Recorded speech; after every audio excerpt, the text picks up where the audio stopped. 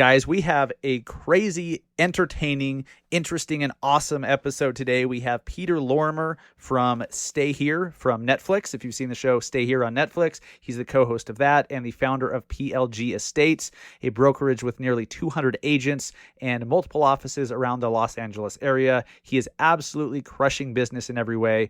And as you'll hear today, he actually started as a successful music producer.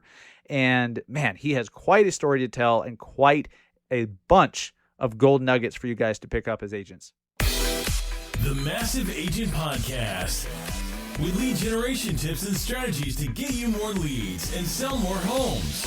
I love to buy houses. I like to sell houses. It takes brass balls to sell real estate. Wait a minute. The leads are weak. You're weak. I've had better. Oh, have I got your attention now? Here's your host, Dustin Brohm.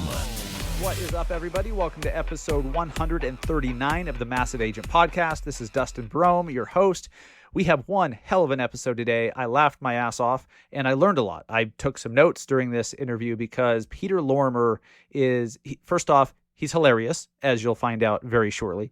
But he just has so much wisdom. He's done so much cool shit in his career, and I'm really excited for this. Stay tuned all the way through. I mean, even at the very end of the interview, he drops some absolute bombs of wisdom or knowledge bombs or whatever the kids say. And it's just great. So super stoked to have Peter on the show today. If you guys are new to the show or you just forget things quickly, my name is Dustin Brohm, your host. I am the co-founder of the Industry Syndicate, Real Estate's podcast network. I am a national speaker on all things real estate marketing, podcasting, social media, lead generation. I write a column for Housing Wire. I'm a realtor in Salt Lake City, Utah, and founder of the Massive Agent Society, our one agent per market lead generation training, coaching, online course / coaching program. And you can see if your market is available because we only allow one agent per market. Once it's gone, it's gone. You can see if yours is available at massiveagentsociety.com. Check out our annual and lifetime pricing. If you just want to pay one time and have access forever, claim your market forever, check that out. You'd be surprised how much less it is than like 3 to 6 months with one of these larger real estate coaches, which you never actually learn from them. Now, do you? Just one of their people. Yeah, we don't do that shit. You have direct access to me all the time because that's what you're paying for.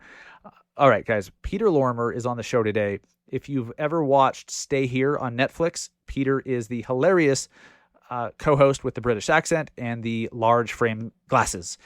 Such a good guy. He's done so much in real estate. He's done so much in the music industry. He has one hell of a story. Super interesting guy, but so knowledgeable. And so I'm honored to have him on today. I've wanted to have him on the show for quite a while, and it worked out with our schedules today. So that was fantastic. Before we get started, I want to thank everyone who's shared an episode recently and told a friend or told a colleague about our show. Here's my ask for you today. If you've been listening to this show for a while, or this is your very first episode, if you like what you hear, if you think this is a good podcast for real estate agents to hear, please share this with one person. Or, not just one person. If you want to share it with 32, that's totally fine. But I challenge you right now listening, please share this with at least one agent that you know, an agent you work with in your office, someone in your brokerage, an industry friend from across the country. Just say, hey, have you listened to the Massive Agent Podcast? Send them a screenshot of you listening to the show, post it in your Instagram story, post it on Facebook, tag us, help us grow the show, help us reach more agents, because so much is changing so fast in this industry. I feel like so many agents are about to be left behind because they're following this system that is, a decade old or more, or even if it's 3 years old, it's outdated as shit. So if they're following that, they're going to be left behind, and we don't want that. So please, if you have enjoyed this show, if you are enjoying this podcast, please share it with another agent or other agents. That's all we ask. There's a couple spots in the interview where the audio gets a little dicey and, buffering issues and cuts out because we're using Zoom and working from home, and, internet's not always awesome when working from home. So there's a couple spots. We apologize for the crappy audio, but you can still get at what he's saying. We did our best to repair the audio. Let's get into the interview with Peter Lorimer, entrepreneur, real estate expert, founder of PLG Estates, co-host of the Netflix series Stay Here. He's hilarious. Let's do it. All right, guys, I'm here with Peter Lorimer. He's in LA right now. He's, getting some work done in the house, as we all are. But we were talking a little bit beforehand about his show, Stay Here, not Stay Home. That's the theme. That's the show for 2020. Kind of on pause, as is a lot of stuff. But Peter, I'm so excited to have you on the Massive Agent podcast. Welcome. Thank you, Dustin. It is an honor to be on your podcast. You are a god amongst the real estate podcasts. So thank you.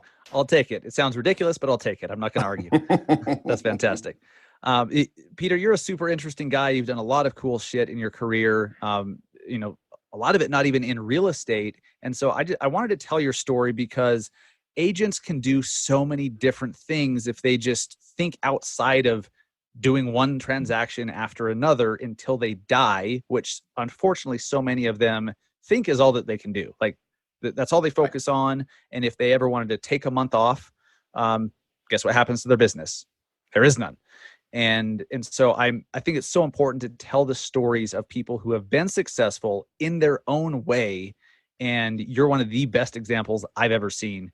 So, if I understand correctly, you were a successful music producer way before you even got into real estate, and you had like a bunch of #1 chart toppers. My path is long and windy, which is kind of just how I like it. I was a house music record producer when well, first of all, I was a classical musician as a child and did very well there, and then discovered in the dark nightclubs of my hometown at the ripe old age of 14. I was very tall. So in England, if you look 18, because it's 18 is the drinking age. If you look 18, you're in. There was no ID. They're like, yeah, you look ruler, come on. And my parents, God bless them, couldn't control me. So I was in nightclubs. Nightclubs are a very big part of my story. And I discovered in the mid to late 80s, Chicago house, which utterly transformed my life. And I remember being in the warehouse in Leeds, my hometown, and hearing Jackie Body by Steve Silt Hurley, which for all you, if you don't know what house music is, it's it's EDM. Yeah. You call it EDM now. Yeah. And it was literally a burning bush moment. And I'm like, oh my God, what's going on? My body is electric. I feel the light passing through me. And I literally made the decision right then, I'm going to go make house records in London. Now, I was 15 at this time, knew no one in London. And my parents, I had an interesting relationship with them, and I just literally went home and kissed my mom and said, right, I'm moving to London. Wow. And I dropped out of high school, moved to London at nearly 16 years old. And I thought I was going to walk straight into a record deal. And of course, I didn't. I ended up working security and deadbeat jobs. And, I worked in restaurants. I was a busboy. And then I just kept my mind on the prize. And within 2 years, and then nightclubs, I was still very involved in nightclubs because that's where house music lived. And I just, I made myself known. I made friends, and I was in the right place at the right time. And my mate who was doing the lights at this club called the Mud Club in London, which was like London Studio 54, he turned around and he goes, hey, Peter, you play piano, right? And I'm like, yeah, I play piano. He goes, you know computers, right? And I'm like, yeah, I know computers. Of course, I didn't know computers.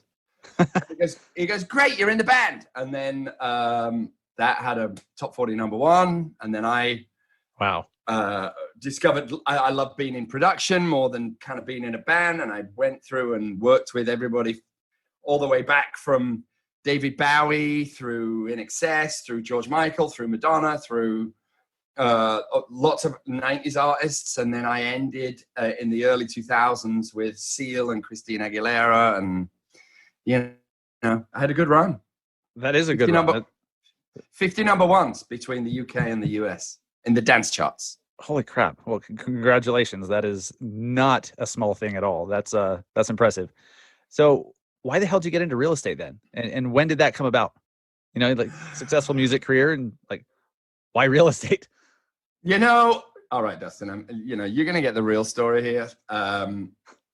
The truth is, right, there's another piece to the equation of Pete Lorimer that's a pretty massive piece.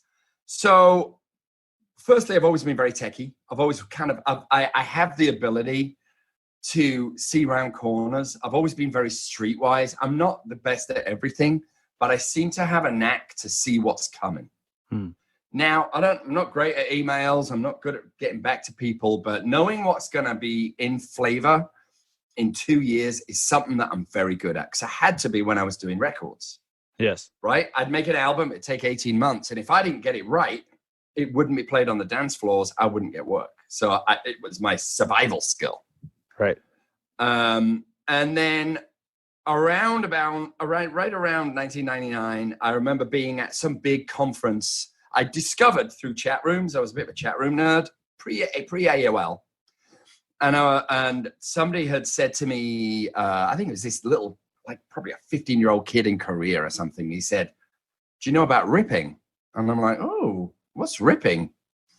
And he said, ripping is where you can now, there are programs out there where you can extract music from CDs. As soon as I heard that, I had another burning bush moment. And I'm like, that's it. This is done.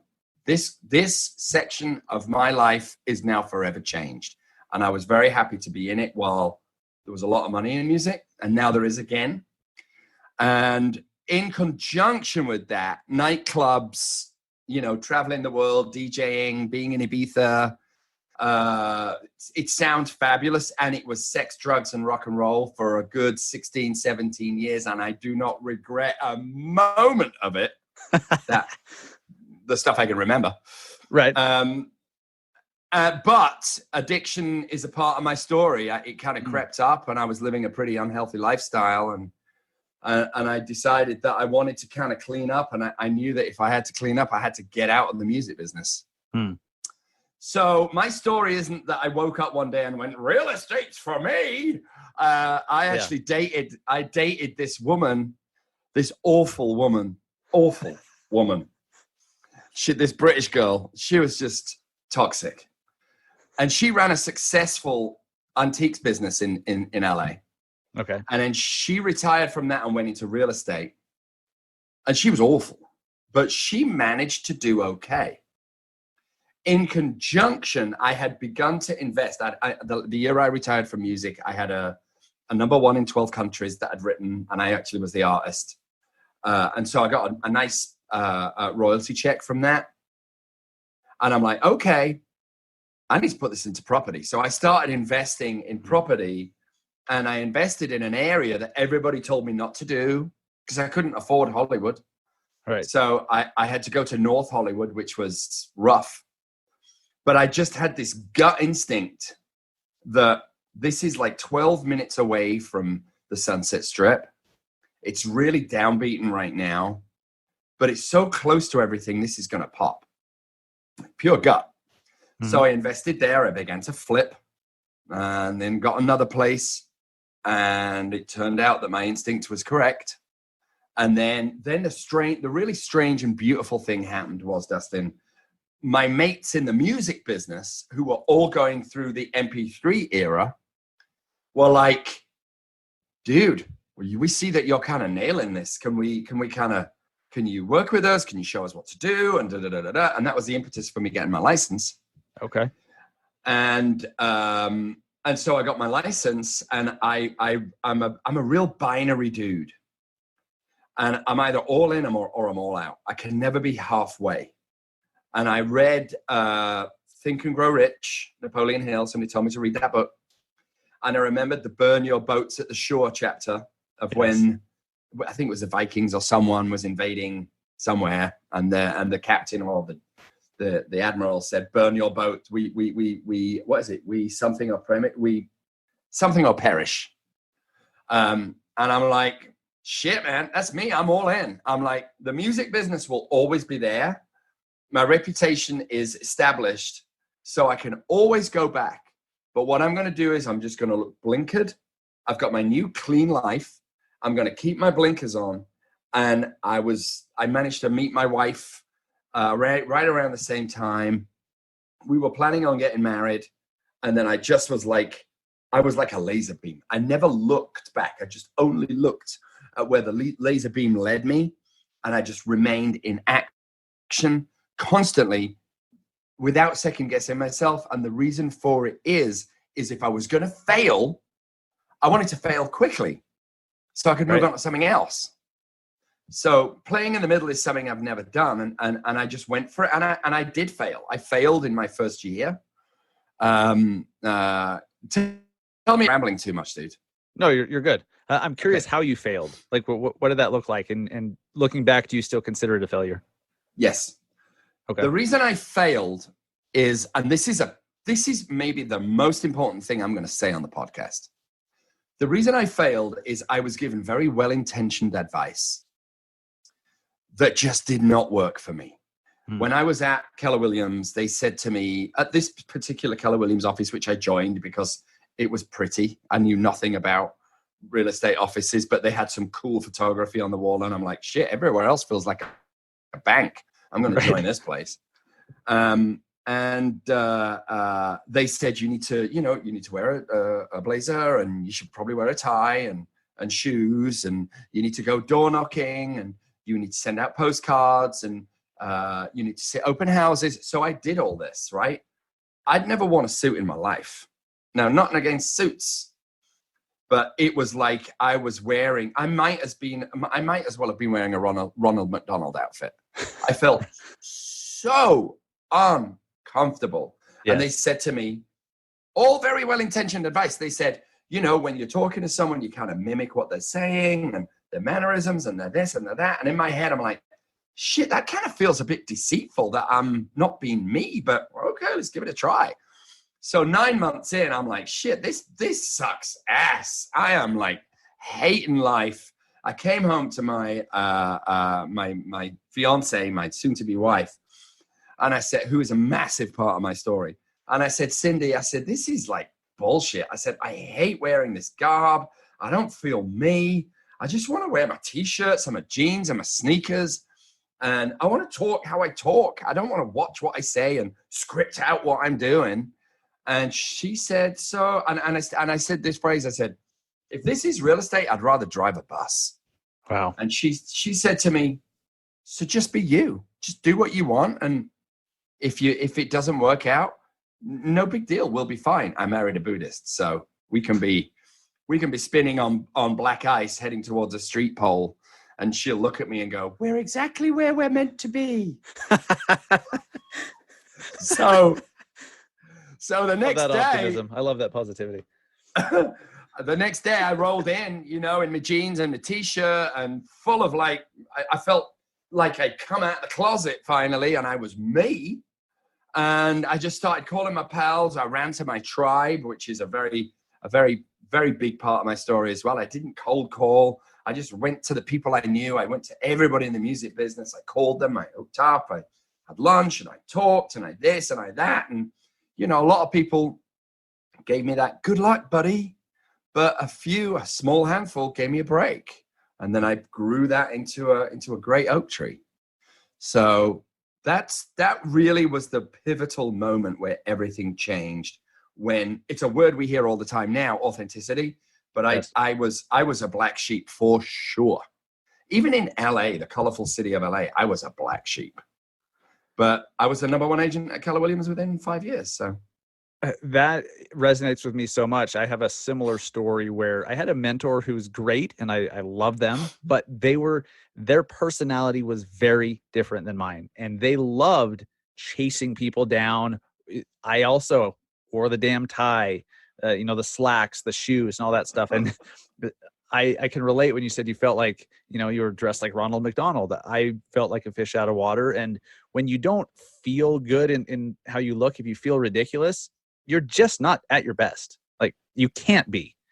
And it wasn't until I realized that there was actually other ways than cold calling and door knocking and, wearing your name tag into a grocery store and hitting people up in the produce section I realized there's other ways. And once I found that I could attract people through content and whatever, that worked for me. And it doesn't work for everybody, but finding what does work for you is so freaking important. And that story resonates with me so much. It's I want so bad for listeners to get to that point where they understand that it's okay to be yourself, whatever the hell that is. Like whatever that is. Yeah. I think so many agents have just been trained that they shouldn't be. They get into a system like the one you were in that's like, here's how we do things.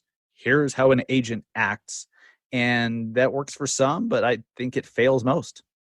I think it does too. And I think that, my system and your system doesn't work for everyone, right? When I felt very, very comfortable jumping in front of a camera. I don't really know why. I'd never done it before.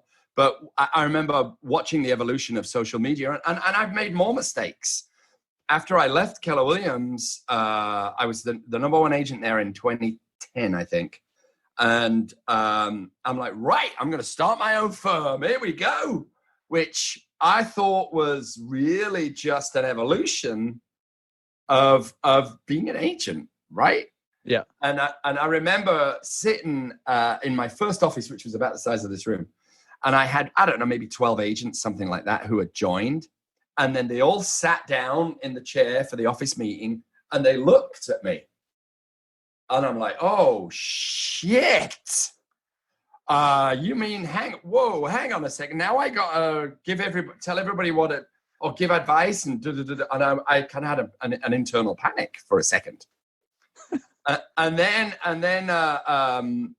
I kind of went in the other room, pulled myself together, and I came out and I just carried on. And I realized sometimes the forces of nature force our hand, even if we're not sure what that hand is. And I've realized over this past 10 years of having PLG, that's what I'm best at. I'm best at producing, right? I was a record producer.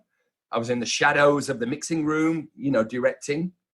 And at PLG, I love to direct and produce the agents. It's kind of what my natural gig is, And so when you fell into that role or realized that you could do that in the confines of your own brokerage, you guys flourished, right? I mean, You have multiple different locations. You have 200 something agents now.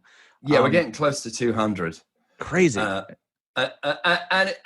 listen, I mean, I got it wrong, Dustin. I got it wrong. Like when I started the brokerage, I was gripped, not by fear, but by, maybe I can't be quite as wild as what Pete is because now I've got other people here.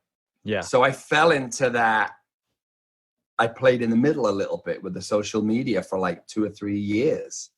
And then I had that same moment of like, screw this. Let's just bust out the video camera and have some fun, man. And that's when the brokerage took off. I love that.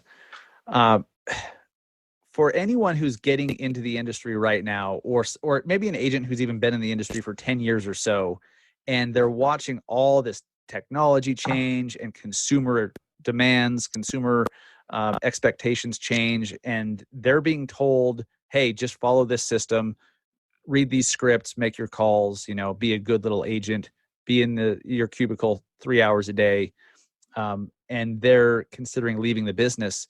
I mean, what do you say to agents like that? So it's a great question, and I don't want to lead anyone astray here. But okay, we're going to get into the kind of, there are some very, very defined belief structures that I have, right? That guide me on everything. One is, I'm sure I'm not the only guy that said this on your podcast, but fear and faith, right? If ever I'm making a decision through fear, like, I'm a bit scared to leave because if I join that boutique company, they don't have the name of Coldwell Banker and my clients are going to but I really like what they do. If I'm staying somewhere because I'm frightened to leave, wrong decision. Whenever I make a decision based upon faith, I always make the right decision.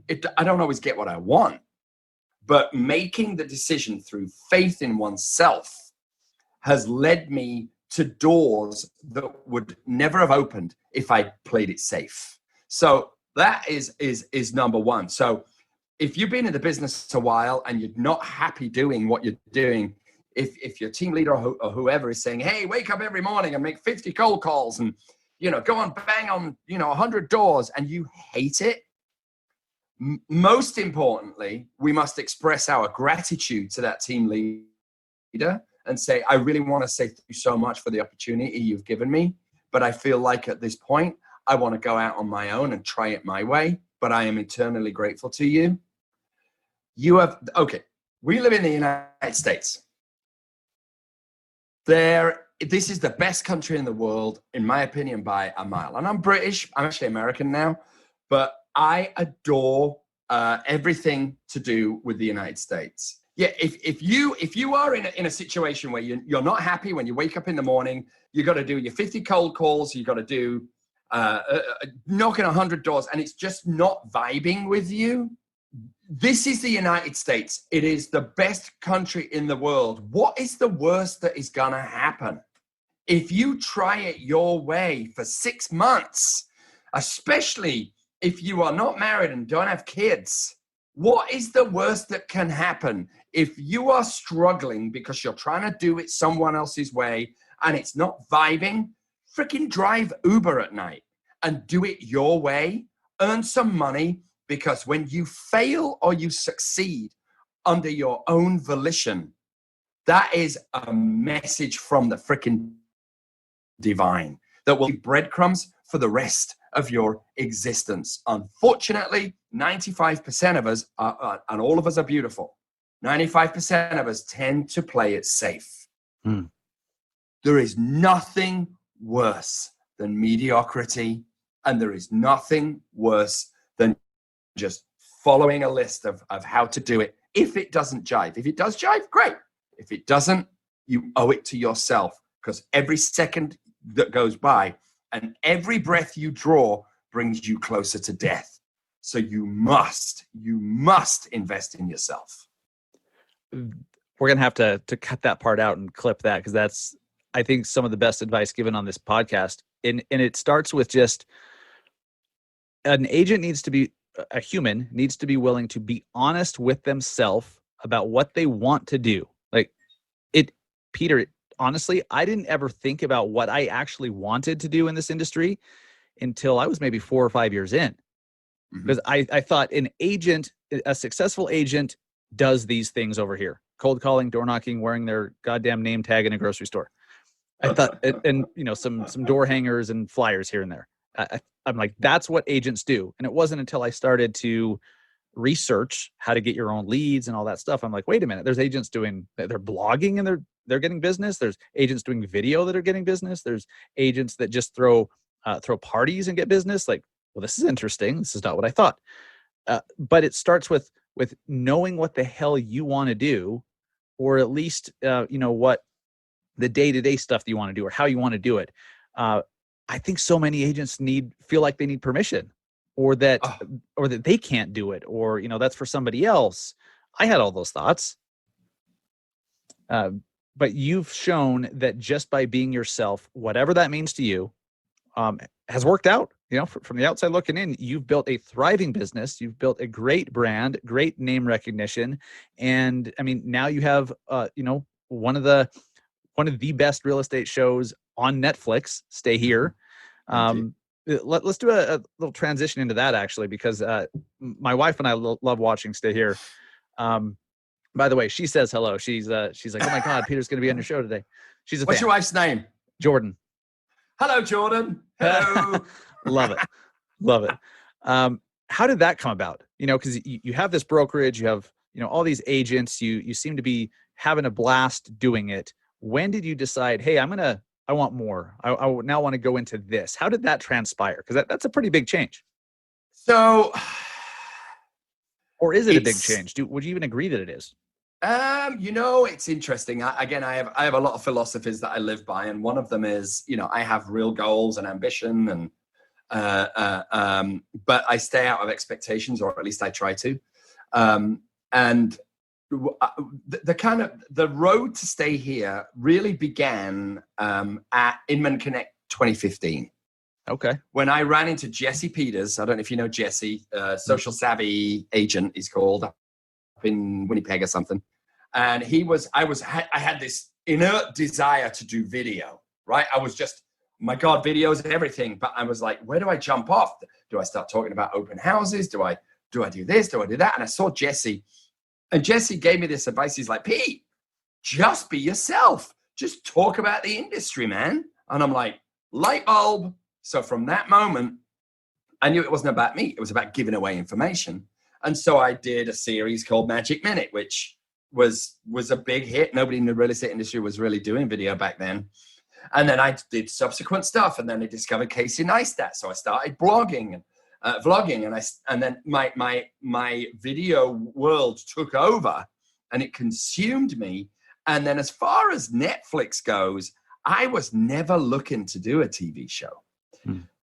They called me. Somebody called me. This young girl called Ashley. She called me and she goes, "Hi, this is Ashley. Would you like to host a Netflix show?" And I'm like, come on, who the hell are you? I thought it was like the wife of one of my pals or something. And then I never thought for a second I was going to get it. And I did a Skype interview like this. And I'm like, this is great. There's no, because I'm riddled with insecurity, not paralyzing insecurity anymore, but I have these old scars of insecurity that are very familiar to me that I don't listen to anymore. But I'm like, I'm too old, I'm too fat, and I've got this weird accent. Well, so I thought, fuck it, let's just have a crack. So I had a good old laugh with her on the thing. I then got through to the head casting person, and I had her doubled over as well. And then I met.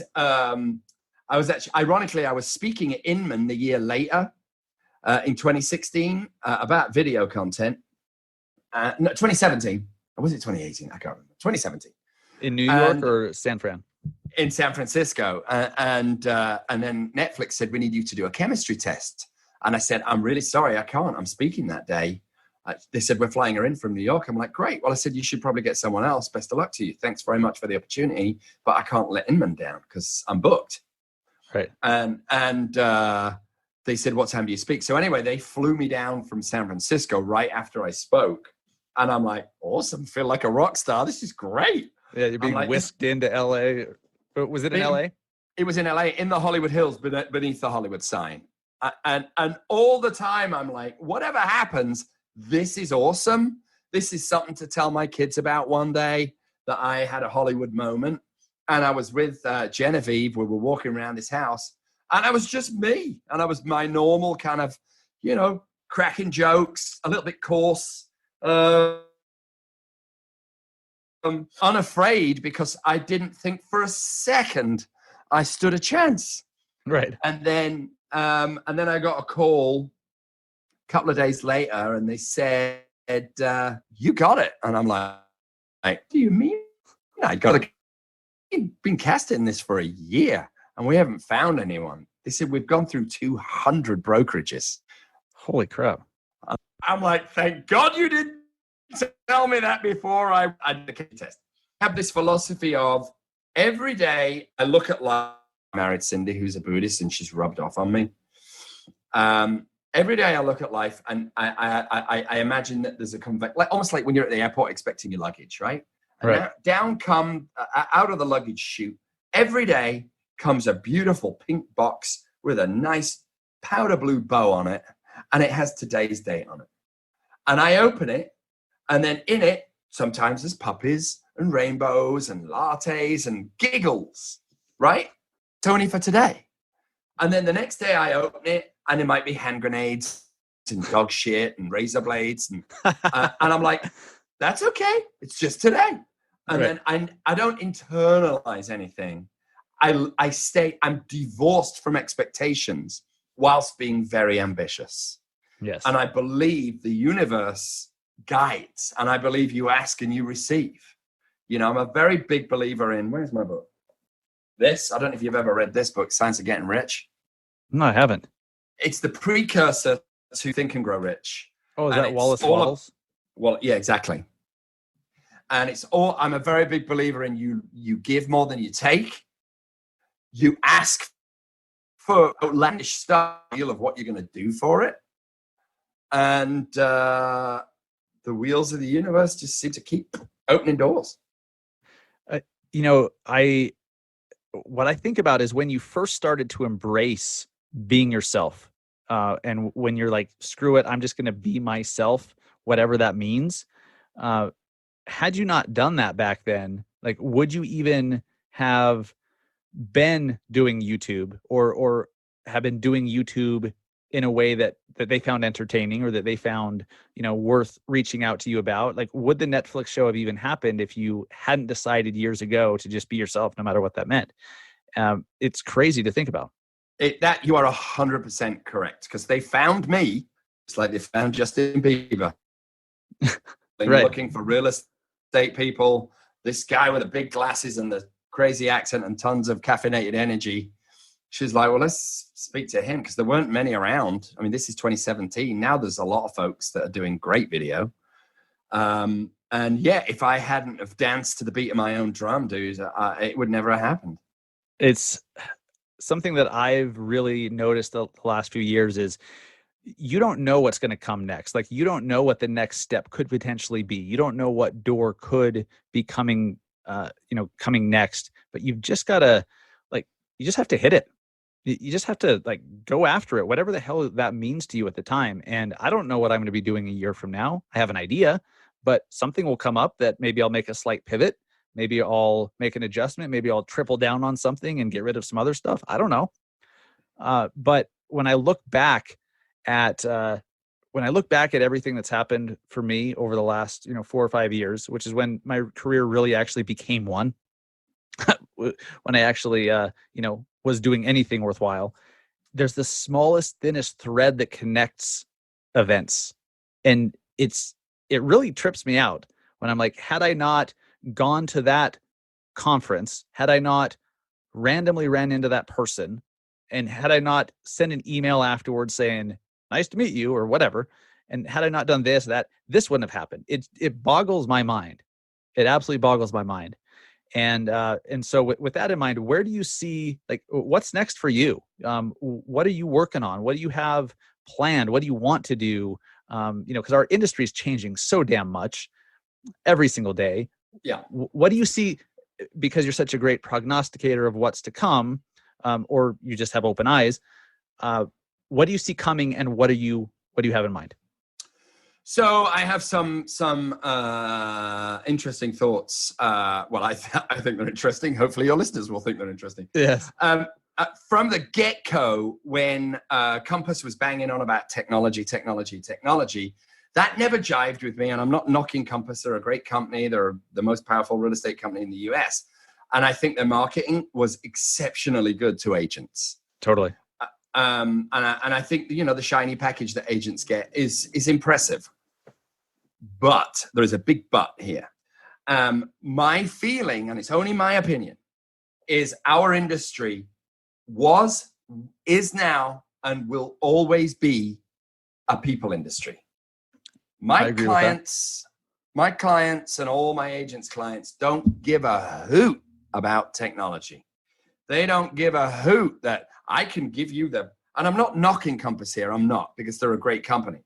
But the clients that I experience, none of them really care that I can deliver or not the price per square foot average, which is up to the minute.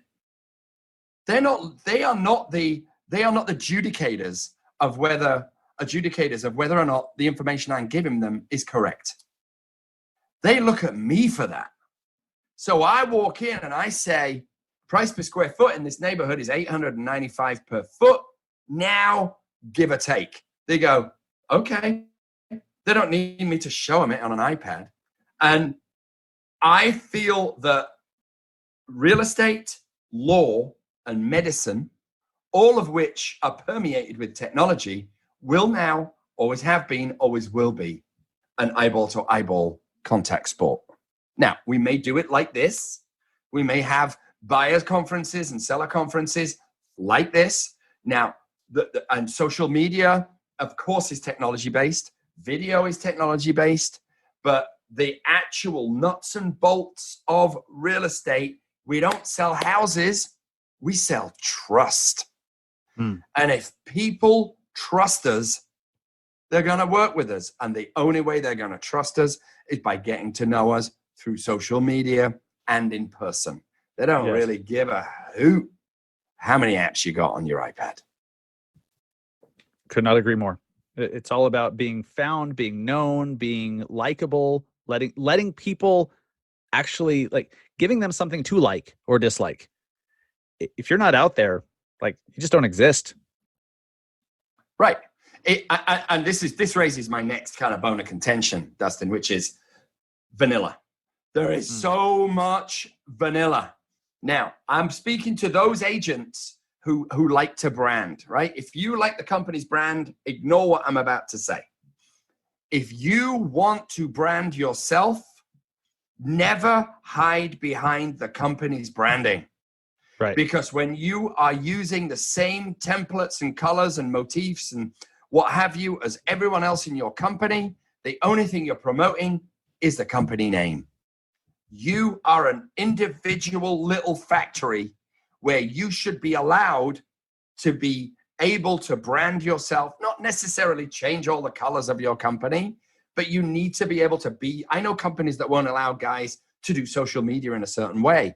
Get out, go somewhere else. Mm-hmm. And then if you have to use certain templates for your marketing, fine, but make sure that you are contributing to who you are as a brand by doing other stuff like interviewing coffee shops, going around local boutique stores, going to a farmer's market with a video camera. Be out in front of it, because if you hide behind the company's branding, it is a question of time before your business becomes eroded. Because if you blend in, you're never going to stand out. And those of us that stand out are the ones that get the business. I could not agree more. Fantastic. So I think we kind of got away from this. I'm glad we did, but let's go back to what are you working on next? Like, what do you have going on? No, totally fine. Because I think that was a great conversation to have. I mean, that needs to be said more often. Agents need to hear that every day. So I'm glad we took the detour.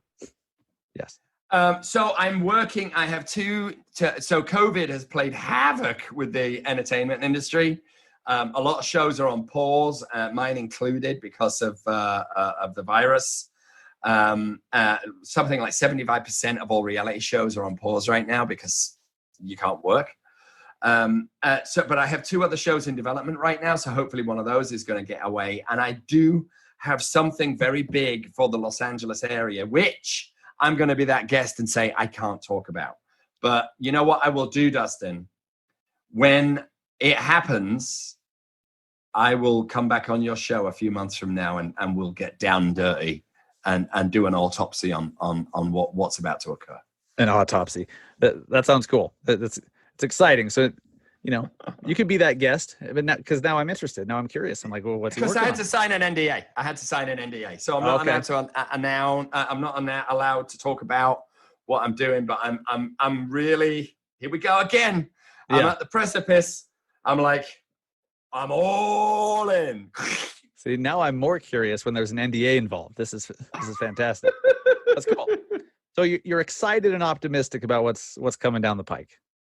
I feel that when it comes to all industries, not just real estate, but the real estate industry, right? It's evolving. We can all see it. You look at it 3 years ago, and it's a different animal to what it is today. Yes. And now it's turning into super corporates and boutiques. And then within those, I feel that, like, for example, there's a lot of really great agents I know who were at different companies who have gone to a different company now, and everybody just kind of looks and feels the same. And I feel that there is when I talk about social media to a lot of real estate agents, when I talk about, let's forget social media, when I talk about being your own PR agent, a lot of agents look at me like, well, I get to that, after I've done everything. I'm like, no, you get to it before you do everything. Yes. I plan my social calendar, not my dinner calendar. I plan my social media calendar weeks and sometimes months in advance. because I know as long as it's an insatiable animal that never gets full. I need to keep putting out content all the time, because whenever I'm out in my sphere of influence and I prosper. So I want to talk about my magic formula, if I may, Dustin. Please. Okay, so the formula that I have used is the following, ladies and gentlemen. I've been doing it since I had that moment in Keller Williams when I just ripped off the suit and put on my Metallica t-shirt, which is, I do social media not because of an ego. I do it because it's my digital bus bench. It's my way to promote myself to my sphere of influence, because I know they're all on Facebook and Instagram and other platforms. Whenever I prospect my sphere of influence, and it's not just my A's, it's my B's and my C's and my D's and people that I can barely remember, a lot of the time they go, "Pete, what's up? I saw that you were just in Yosemite with the family. How was it?" And I'm like, "It was awesome." Icebreaker. He's now remembered me more than I remember him. We have this bond. I have emotional leverage. I've already broken through way more than a postcard or a door knock. Yes. And then I convert that to business. And that is it. Social media is done as self-promotion to my sphere of influence. And I make sure I add to my sphere of influence every single day. Beautiful. We've all had that happen where we run into somebody that we went to high school with or college with, and we haven't talked to them forever, and we never see them commenting or liking our content or anything, but they're like, "Hey, I see you have 2 kids now," or I see you just went on this trip. They're all watching. Like, everyone's watching. Just because they're not actively engaging with you on a daily basis doesn't mean they're not noticing it. And anyone who's not posting regularly, like, you shared your family vacation on social media, and that is what somebody remembered. Right. It wasn't this, "Check out my new listing that I sold in 48 hours. It was just you being you and living your life, because that's what people resonate with, not the listing sold in 48 hours. I mean, I think you have to promote both, right? So it can't all be, puppies and family. Right. I've made a very conscious point of posting me in my industry, posting about my industry, and then posting about me personally. And before it used to be a third, but now I think people are way more interested in me personally, and they'll watch the professional stuff and it reminds them. Yes. Like, I just got a big listing because I sold off of a music business pal of mine, because he saw that I did the Eva Longoria estate, and I posted about it, and I wouldn't have got him had I not posted about that. Sure. But he's my pal from music business days, and I managed to get that listing, and I'm sure that helped. So it's a blend, professional and personal. Makes perfect sense. Okay. I didn't know that you had sold Eva Longoria's home. That's fantastic. When you are, this is a random question that I just thought of. So many agents, they look at luxury agents or those that sell celebrity homes or whatever. And you're in Beverly Hills and Hollywood. They think that luxury agents are like a different kind of person. They have to go through this totally separate, go down a totally separate road just to be qualified to be a luxury agent. What do you say to them? I'm going to tell you my experience in my first luxury moment. Okay. So I was slinging, when I dropped out the music business, remember, I dropped out the music business with a #1 in 12 countries, right? But I shuffled into the back of Keller Williams, and I did not tell a soul what my former career was. I was just a new agent. And I was kind of shitting myself. I'm like, I don't really know what I'm doing. And then I worked with anyone. Like, my first house was in this bad part of LA for like $300,000. Then I sold a condo I represented a buyer with a condo next to the freeway that was $300,000. And all the time in my mind, I'm like, I'm going to be selling multi-million-dollar houses in the Hollywood Hills. I just had it in my head. And then just through happenstance, a bunch of my British mates in LA knew a British actor who's a pretty big British actor who was moving to LA. And I managed to just, be in the right place at the right time. and he was looking for a $5 million house. And I struck up a conversation. He said, yeah, show me some stuff. I remember walking in my first $5 million home, and I was walking, I let him go in before me, and I was behind him, and I looked at my hands, and my hands were trembling. I'm like, oh shit, I don't know what I'm doing here. This is way out of my league. Last sale I had was $306,000. And I almost felt like saying, I'm a total fraud. Let me get you someone else. Right. And then I kind of just, I just kind of slapped myself, and I'm like, just pull yourself together. It has a main bedroom. It has a main bathroom. It has a kitchen. It has a living room. It has a garage. It has all of the stuff that regular houses have, just bigger and a bit more polished. Yep. And I said, it's the same thing. And when I kind of gave myself a talking to, I snapped right back into, this is okay. And then I spoke to the listing agent, and I said, can you tell me about the builder in front of the client? And he said, well, yeah, it's this builder. I said, what else has he built in the neighborhood? Just like I would on a $400,000 home. And he said, well, he's built this and this and this and this. And I'm like, okay, great. I said, how long are the warranties on these Fleetwood doors? It comes with warranties. He's like, yeah, it's a 10-year warranty. And I knew about hillsides, and I said, so who did the geo and da-da-da? And the client was looking at me like, wow, this kid's great. I was just tap dancing, dude. And then I just watched everything all of the luxury listing agents did. And I'm here to pull the cloak from, I'm like the Wizard of Oz right now. It is no different. It is no different. Now, so people are like, so great, where can I find a $10 million buyer? That's different. Yeah. If you want to find a $10 million buyer, you got to go where $10 million buyers hang out. Yep. So finding the clients is one thing, but actually representing the houses, it's the same as smaller houses. Now, I don't want to play it down. You need to know what you're doing. You need to know the area. You need to know the build. You need to know the materials. You need to know how to talk the talk. But if you're an agent who's only sold up to 300 grand and you suddenly get a $4 million listing, you can learn how to sell a $4 million house in 2 or 3 days. You don't necessarily need to bring another agent in the mix with you. There are lots of agents in your hometown that will give you that information for free.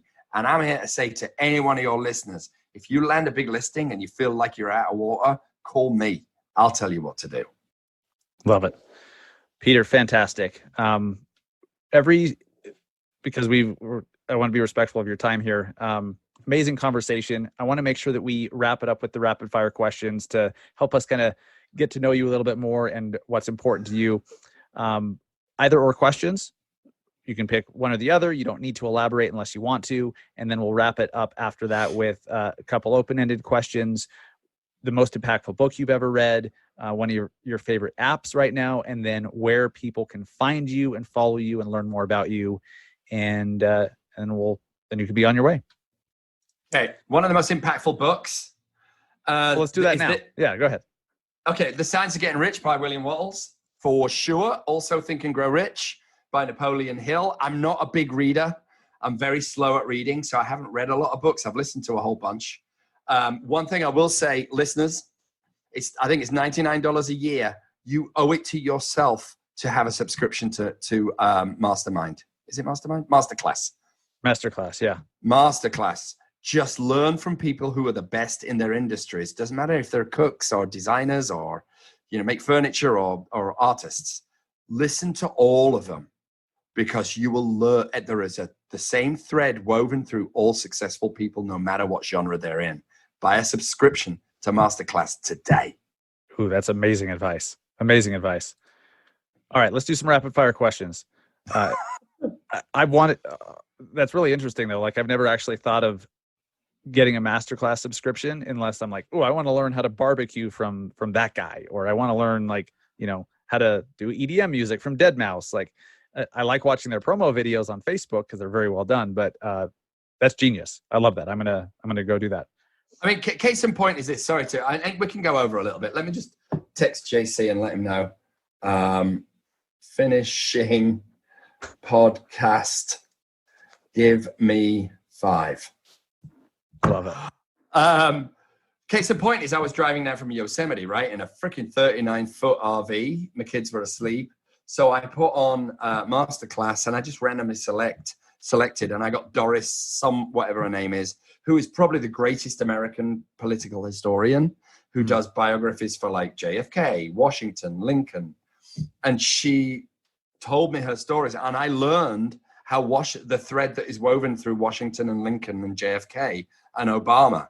She's profiled them all. So I now learned the things that they all had in common, which I can now apply to my business. That's cool. That's fantastic advice. Ready for some rapid fires? Let's go. Facebook or Instagram? Instagram. Instagram or LinkedIn? Sorry, Siri just popped on again. Oh, no worries. Instagram or LinkedIn? Instagram. Books or podcasts? Fuck. I'm so sorry. Every time I pronounce an S, Siri pops up. Shit. She came again. Oh my God. Books or podcasts? Podcast. Podcast or audiobook? Oof, that's a tough one. If I'm on a desert island, I think it would be audiobook. Okay. iPhone or Android? Oh, iPhone all day. Alexa or Google Home? Neither. Burgers or pizza? Neither. Pizza. Okay. New York or LA? Come on now. I am LA. I know, you are LA. Absolutely. NFL or NBA? NFL. NFL or Major League Baseball? NFL. Mountains or beach? Beach. Podcasting or vlogging? Vlogging. YouTube or Facebook Live? YouTube, but YouTube is a beast, but YouTube. YouTube is a beast, but it's searchable, which is awesome. Uber or Lyft? Uber. Gary V or Grant Cardone? Gary V. Awesome. And then you've given us the most impactful book, app recommendation, which masterclass. I think that's fantastic. Peter, where can people follow you, learn from you, hear more from you? Where can they find you, my friend? So my Instagram is kind of where I live. It's at Peter Lorimer, my full name. And then, you can find me kind of on Facebook a bit. You can find me on YouTube, but Instagram is really where I live. And if you want to go to peterlorimer.com, you'll find a whole gang load of information for you agents on how to do stuff. So, and anybody can reach out to me anytime. I'm happy to be of service, and I can't thank you enough for having me on your badass podcast, Dustin. Thank you, my friend. Thank you for your time. Thank you for sharing your story and wisdom with us. Had a blast. Thank you so much. Thanks, mate.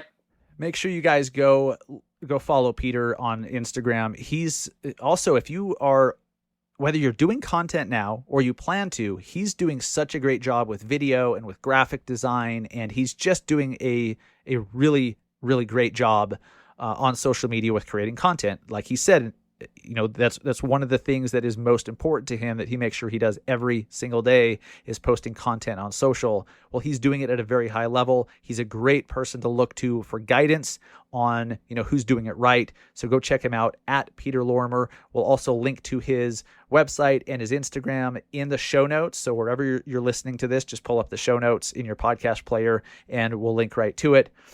Guys, thank you for listening. I mean, I love hearing the feedback from you guys. I love reading the reviews that you leave on iTunes. By the way, if you want to leave one, if you would please, massiveagentpodcast.com/review takes you right to Apple Podcasts to leave a rating or review. Takes literally like 90 seconds. No, not 90 seconds. Like 2 seconds. If you're going to leave a review or a rating, you just click 5 stars and boop, and you've helped us out.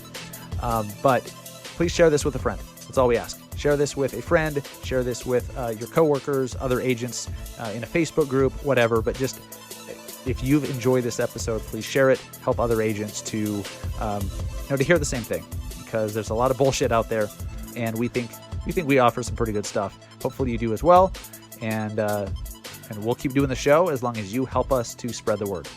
Enjoy your weekend, guys. Go sell some homes. Go close some loans. take care, get some new clients, go to the beach. I'm actually recording this before I head to San Diego, and when you're hearing this, I'll be back from San Diego. So hopefully you were following at Massive Agent on Instagram. Showed you some of the trip to San Diego that my family and I just did before my son started first grade. And ultimately, enjoy your weekend. Take care, guys.